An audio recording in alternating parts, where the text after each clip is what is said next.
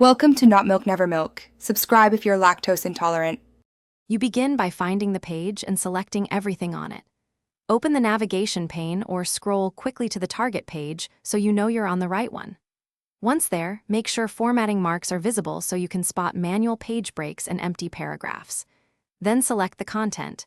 Click at the start, hold Shift and click at the end, or press Ctrl+G, type \page, and hit Enter to select the whole page. This gives you precise control before deletion. Once selected, you'll remove the elements that keep the page alive. If you see a manual page break or section break, delete it directly. Those often cause orphan blank pages. Make sure to clear extra paragraph marks by pressing backspace or delete until the space collapses. If multiple pages use the same issue, use Find and Replace.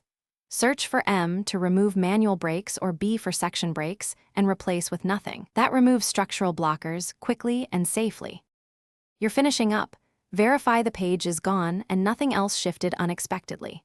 Check headers and footers across adjacent sections because deleting a section break can change formatting.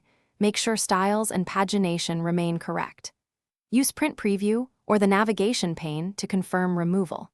If a blank page persists, convert the document to plain text, copy-paste into a new file, or carefully adjust section break placement. One troubleshooting tip: if deletion moves content, undo and remove only the break lines instead. Thanks for watching. If this was helpful, leave a like and consider subscribing. See you next time.